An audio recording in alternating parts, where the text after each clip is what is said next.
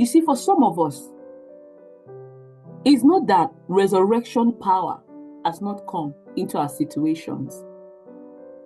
It's not that we have not been called out of the grave where we stood in. It is that we still have the grave clothes around us. When Christ called Lazarus out, the Bible says he came out of the tomb. But what we see was that he came out bound hand and foot. He came out, and the grave clothes, the things that represented him being a candidate for the grave, the things that represented him being dead, were still wrapped around him.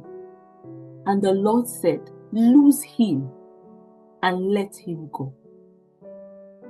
The grave clothes represents the thing that we have believed, the things we have acquired, the things that have been put around us, the way we have lived, the way we have thought, the mentality we have had, the things we have experienced in those seasons, in those places where death had prevailed, where death seemed to have taken, place in our lives. And so when God calls us, when resurrection life comes in, one of the things that we must do is that we must let go of the grave clothes.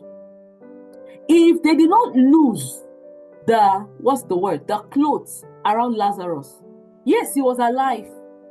He was alive, but he would not have been able to walk. He would not have been able to move. He would not have been able to take any steps into the future that God had for him.